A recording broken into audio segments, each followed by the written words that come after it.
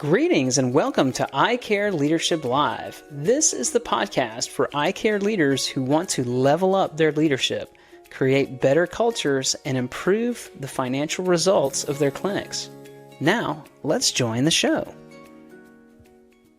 Welcome to the show, Mike Guelcher. Thank you. Appreciate you having me on. Yeah. So for those of you who don't know Mike, he is a co-founder for Prism Consulting Partners. And he's graciously agreed to be my guest here today on Eye Care Leadership Live. So I've started the show in different ways. Lately, I'd like to ask something that's not even business related. Yeah. So I guess I'm going to just kind of improvise here. Like, what's something you're into lately, Mike? Like, what is something you're passionate about that's not business related?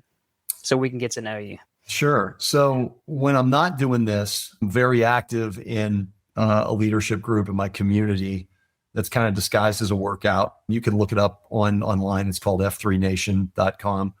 They have workouts all over the country, and they've spawned all kinds of different sites and places for people to go become a better version of themselves. It's really what it comes down to. Leadership's a big thing for me. So when I'm not doing that, I serve on a board of directors for Let Me Run, which is the basic equivalent of Girls on the Run for boys. And it really teaches them values like self-empowerment, self-awareness, growing in your agency, teaching them a lot of skills that I think, things like resiliency, just lots of things that are good to have in your tool belt, especially when you're navigating a world that's not always very kind. So to give those gifts to boys at an early age and help be a vessel of providing that or enhancing that for them, hopefully beyond what they're getting in their homes. Those are two things that occupy some of my time that I thoroughly enjoy. Have been a coach in the program for almost a decade, runner myself from time to time. So casual, not as competitive as I used to be, but all those things contribute to my pursuits when I'm not doing that or being a husband or father at home. So yeah. Awesome. Yeah, that's great. Thanks for sharing that. I think it helps so much to get to know people on a personal level and kind of helps us know who the person is, behind the business. Right. But yeah, we're going to talk about practice selling here. And, the people that listen to this show are in the ophthalmology community generally. And you've done quite a bit in the eye care business in your career, from what I understand. Yeah. Yeah. So I was very fortunate.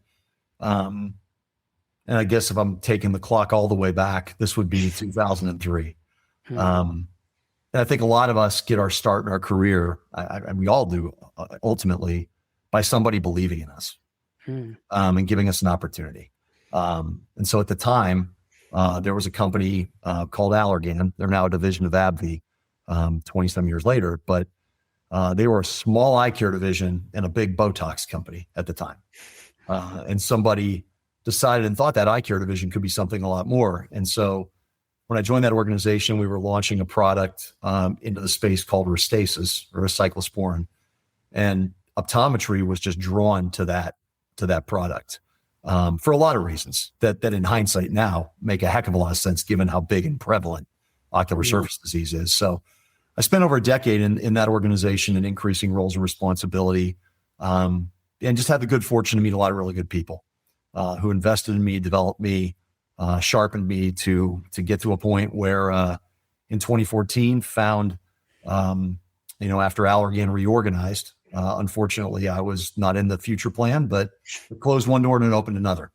And so that door that opened was joining one of the largest private equity-backed groups in the country. When I joined the organization, was a part of a team that had about 70 locations, and through our collective effort, we grew it to about 850 by the time we departed in 2022, and learned a ton along the way. Worked with some really great people, some really smart people who taught me things that I didn't even think I was going to learn. If you had told me when I got in the industry in 2003 that was going to be what I learned, I would say you were crazy. What is this stuff? But I think it also speaks, Mike, to the rate of change that this industry has seen in the last couple of decades. And so hindsight tends to be a pretty good teacher when you reflect back on those things. So Since then, we founded Prism in 2023 and believe that we could be a really valuable asset to doctors from an advisory perspective, having been through over 800 transitions ourselves. So that was the premise behind it, was to help people get ready for that moment, because we know how meaningful of an event it is. Okay. Yeah. So there's no doubt you've had a lot of experience in that acquisition and transaction process in the eye care world. So let's start thinking about like some of the questions that providers, doctors have, when they think about, the potential to sell their practice one day. And probably the biggest one is, how much money can I get for this? How much am I going to get? And I don't know, that sounds like a really difficult question. I know nothing about this topic. And so, if someone comes to you and says, hey, I don't even know what this is worth. I'm a doctor. I see patients and I know what our AR is and stuff. And I know what we take in, but like, I don't know how to value this business. So like, how do you help your clients with that? And how do they figure that number out? If you've ever heard the adage that the simplest questions usually have the most complicated answers, what you just posed is a great example of that. We try to make that more simple, of course. But as you can imagine, every business is unique, and you've worked with practices over the years. If you've seen one, you've seen one. They do not act, behave, think, have the same strands of DNA. They live and breathe in different communities. And so to kind of overlay, another chessboard, so to speak, as we're helping clients get ready for that event, one of the things that's evolving at the same time that they're preparing for that exit is the ecosystem of buyers. And that's a constantly changing board. So it's our job to stay up to date on that. Now, the good news for us is that used to be how we made a living for 8+ years. We had to know who was on that board. We had to know what was going on, and we had to understand them better than anybody, because we were one of those people. So I think that's one of the things that when we survey our clients after they successfully make this transition and ask them, what'd you like about the process and things like that, that's what they tell us. They say, you were one of them. So you understand. And we do. Not everything, of course, but a lot of it. And I think that gives them a lot of peace of mind. So when we're trying to give them a sense for valuation, the first thing that we want to make sure that we're clear about is valuation doesn't necessarily equal sale price. That they're not the same. Because what we don't know until we get into the exercise and know what direction they want to go, frankly, is a couple things. Number one, who's interested? Number two, where are they in their evolution as an organization? Number three, how do they look at a particular area of the country? Maybe, small town ABC is very appealing to a few of those buyers. And they really feel strongly about that market. Well, they may be willing to go above and beyond a typical valuation. To what extent, you don't know until you're into it. But those are some of the subjective factors that are constantly ebbing and flowing. And so it sort of backs up the adage that timing is everything. And sometimes you could put it on paper and say the valuation is XYZ, and that's totally fine. But they say, well, why did they put it at X? Some things that go on those closed doors of investment committees, until you've sat in them, you don't really know. And I think those are some of the subjective things that factor into how they look at an overall picture. We've always tried to position it to our clients in three aspects. There's the financial part of the practice itself. There's the people aspect of the practice, and there's the operations and the systems. And those three things are how a lot of this gets looked at from the inside, because we've been there. But those are the ways we try to provide our clients kind of a framework from which we operate and then go from there. Long-winded answer, but hopefully it makes sense. Yeah, no, it makes total sense, right? So the value is really what someone's willing to pay, right? And a lot feeds into that, of course. So you brought up the people aspect, and as an HR person, I think about that, and I'm sure that a lot of practice owners maybe struggle with the idea of losing control over the people aspect of their clinic. Yeah. Is there any way to continue to exert that control, or is it kind of a given that you're just going to lose a measure of control there? And are there reliable ways to know if the partner you're planning on working with is going to share the same values as you when it comes to people? Yeah, I think it's important as we're answering this one. Guide me in reverse order here.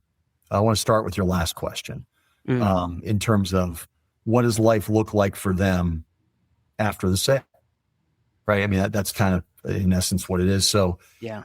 one of the things that's pretty common to most buyers is that they're going to want to have anybody who's in patient-facing activity be around after the sale. Mm-hmm. So if they're in those roles, whether it's technician, whether it's optical, if there's a front desk person there, if they're involved in that patient experience face to face, they're going to want those people there.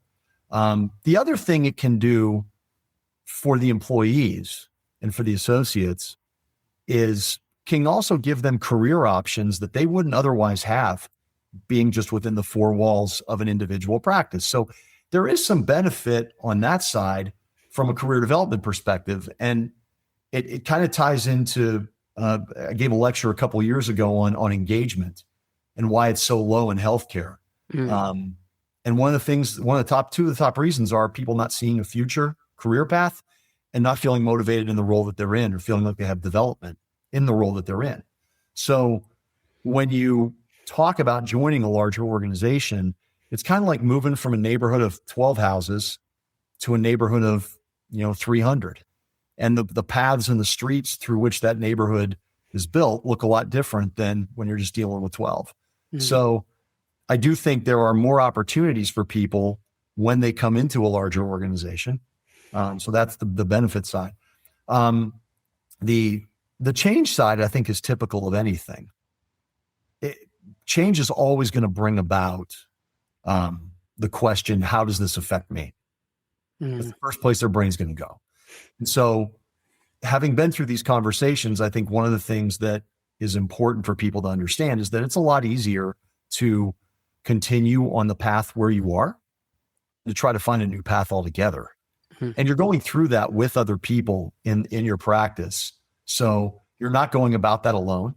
The leader doctor, or usually the owner or the steward of the practice, is staying on through that transition too. So that also is a big message that gets sent to the team as it relates to, I'm a part of this. I've chosen to partner with so-and-so for these reasons. And this is why you should be excited about it, because they can offer you a lot of things that I couldn't do myself. And I think that's one of the things that really does impact many independent owners is when they get businesses to a particular threshold and their shoulders get heavy. And it happens. It's not for anything other than the best of intentions, because you're trying to grow something and do something well, and they are. But none of us can carry the log by ourselves past a certain threshold. And I think that's one of the challenges that a lot of businesses face when they grow to certain tranches. Yeah, that makes sense. One of the things I found during a transaction on the acquired practice side was communication was so important with the team. Yeah. And we really worked really hard to communicate about every change, about the status of things, about where we think things were going to go, but not to over speculate and hold their hand through the transition. It is probably one of the things that we saw evolve the most in our rough decade on the inside, because there's the individual that purchases another practice and comes in individual to individual. And that's one conversation. You're getting to know that person, but it's that connection, no matter how big or small the acquiring organization is, that is essential to making people feel like they're a part of something bigger than themselves. And so that whole process of prior to closing, integration, having continual touch points and knowing where to go, A lot of the more, mature, acquirers have very good processes for that stuff. But you don't get to that point until you work through some challenges. Unfortunately, a lot of times collision learning is what makes it better over time. There's things you're not always going to get right. And I think when people are authentic and vulnerable about that, I think what it hopefully communicates to the people that are on the other side is they're not that much different than we are. They're just sitting in a different neighborhood, as we alluded to earlier. So I do think that authenticity and vulnerability, and starting with them and saying, what's on your mind? Let us answer your questions. That's usually the best place to start from, because if you want, it's the old Dale Carnegie adage, right? If you want somebody to take an interest in you, you sort of need to take an interest in them. So the ones that do that typically have pretty good success. I love that. Yeah. You've seen so many deals. You've seen so many deals, and I'm sure you've heard many things from the acquired clinic after the fact, as far as their satisfaction level and all that. This show is sponsored by Seasoned Advice HR Services, where I help eye care businesses to make more money and save more money by hiring better, retaining better, and reducing your HR risk. If you would like an HR assessment or ongoing HR support, please reach out to me at seasoned-advice.com. What do you think are the main drivers of that satisfaction level? Like, if there was one thing that typically was the biggest frustration, what would that be? Mindset is probably one of the biggest driving factors from the selling owner's perspective, because you walk into this process. And I sort of equate it to the analogy of an iceberg. You've probably gone to a few lectures. You've probably heard maybe some conversations like this or podcasts, and you start to kind of process this information. And in the scheme of the universe, you've got the knowledge above the surface. But we all know that about 90% of an iceberg is below the surface. So this is part of why, when we were chatting just before we got on live, for anybody to navigate this process solo, to me, makes no sense, because of what we talked about. When you're going to sell your house, 95+% of the time, it's not a for sale by owner. You're getting a dimensional perspective from an advisor or a realtor to make sure you're not leaving anything untouched. In this, the zeros are more, I'll just be frank. And the impact of that decision is greater. So to not walk through that process with an advisor, or frankly, a team of advisors, we take a team approach in our model, to me, just leaves you vulnerable to the buffeting of the winds. And if you've got some sailors, so to speak, that have navigated those skies before, that helps. It's not perfect. Nothing's perfect, but I think you're better off with it than without it. And when our clients give us the feedback, I mean, that's what they tell us. Because there's things that we're looking for that they may not even know exist, because they've only had to go through the process once. I mean, it's like asking me to go prepare for a rugby match. I've never been in one. I don't know what it's supposed to look like. I've only seen a scrum. I don't know any of those things. That's a lot different than, I played basketball growing up. It's a lot different than preparing for a basketball game. So may not be the best analogy, but I think it makes the point. Yeah, I bought a few houses. I would never not have a realtor on board. And as you said, we're adding a couple zeros on a clinical transaction Usually so. If I'm a physician and I am thinking, hey, I'm gonna have to sell this someday, and I don't know why you wouldn't think that. At some point, you're gonna have to transition your business to somebody, right? What are some things that you should be thinking about, and when do you need to start thinking about it? Like, are there things I need to be doing today for 20 years from now? What are things I need to be doing to maximize my satisfaction, not just value, but my satisfaction when that day eventually comes and I decide to sell my practice? Yeah. So I think we view exit preparation as continual. And I don't say that for any other reason other than, you know, every single one of us are one event away from our life changing meaningfully. Mm. You know, I hate to say, you know, and not to be too morbid, at 51 years old, I've never had other than the last year, more news of just people that are facing terminal diagnoses, things that just come at you. And sometimes they're out of nowhere. Fortunately, those things are the exception to the rule. I mean, most of us live long and pretty much and do okay. But if you're not prepared for that moment, it's really hard when it hits you. So in the certifications that we've earned, some of the things that we do in advising our clients around exit planning, we believe that every practice should be able to revisit their picture every 90 days and be able to make the decision, I want to go. They should be able to make the decision. Doesn't mean they're going to, but they have the capacity and the agency and the freedom to do so. Because the other thing that doesn't get controlled is when the market gets more or less favorable, that's all relative. And you're contrasting that with their personal situations, their life goals. They may not want to own a practice forever. That's okay. And how they choose to make that exit, completely up to them. But to be in that position is to be in a position where you're free to choose your exit and it doesn't choose you. And I think that's the big difference between the two. So it sounds like you advocate for maybe some metrics or some checkpoints that you look at on a quarterly basis so that you know, hey, this is where I stand if I wanted to sell today. These are the key things that I need to be aware of. Yeah. And then those, you know, for a lot of people, those metrics can be, you know, a lot of your very common ones.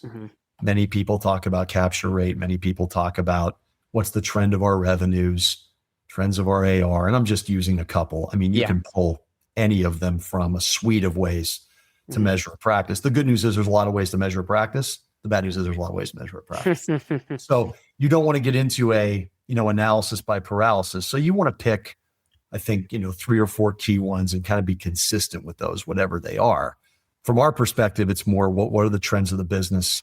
How's the stability of the practice from a people perspective? And also, you know, like, how are you positioning yourself to whatever's next?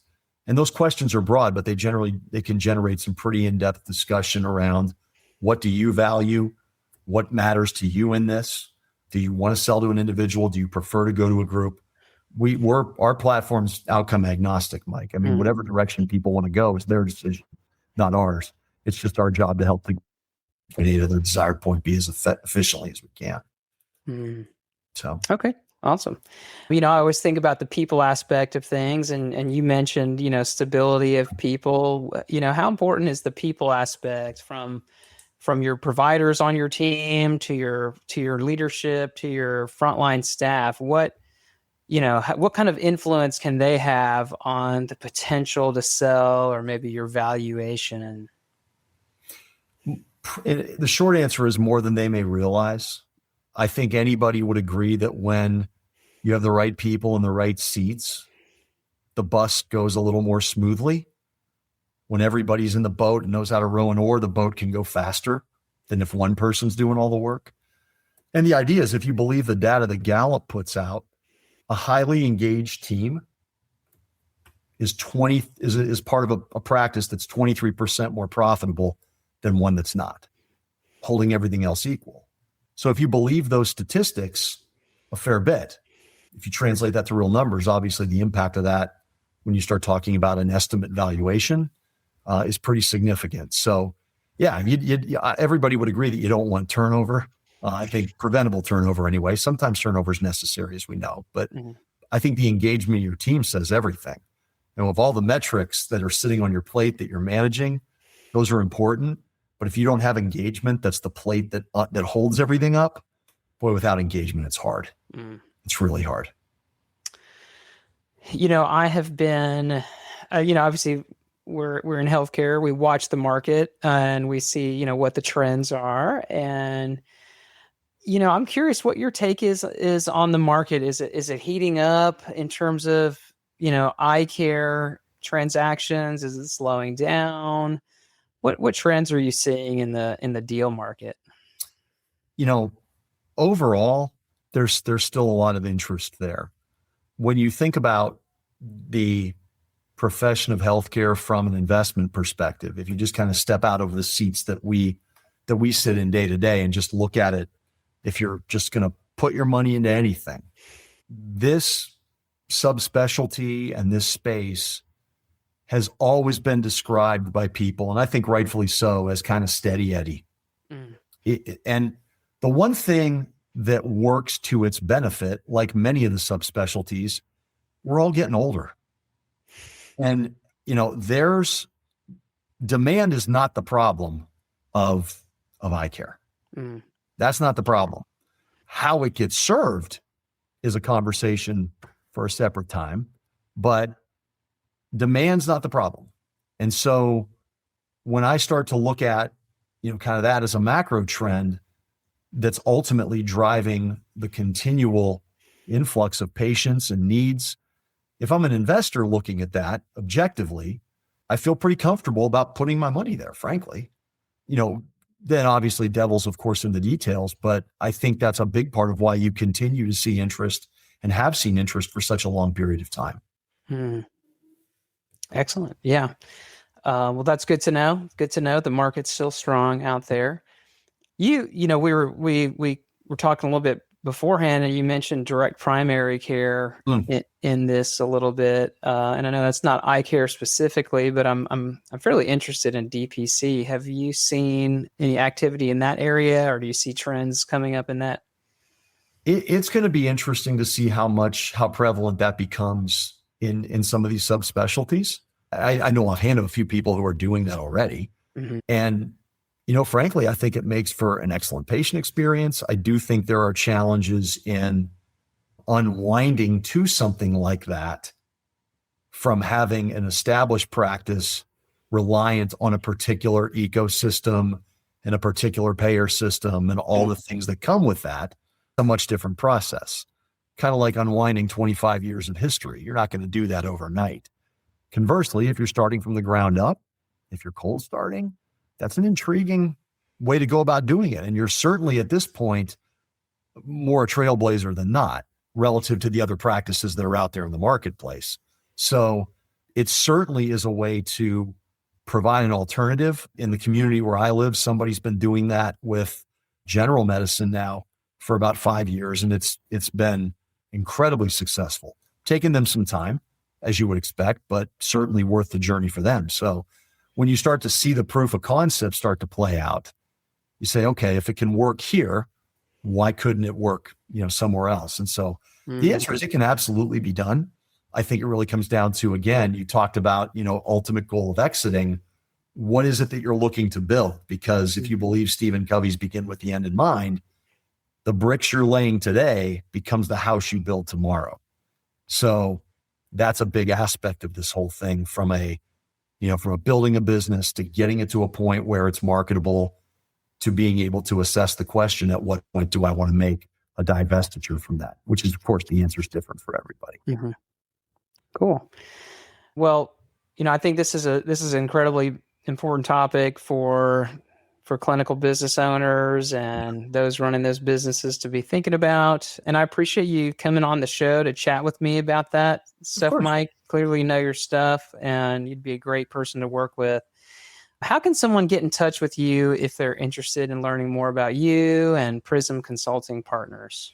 So we got a website. So we got that. You can reach us on the website at prismconsultingpartners.com. So that's where you can find our website. Myself, my partner Dave, and our two colleagues that are a part of our organization now, we all have LinkedIn pages. You can find us on the website, reach out to us there, connect there.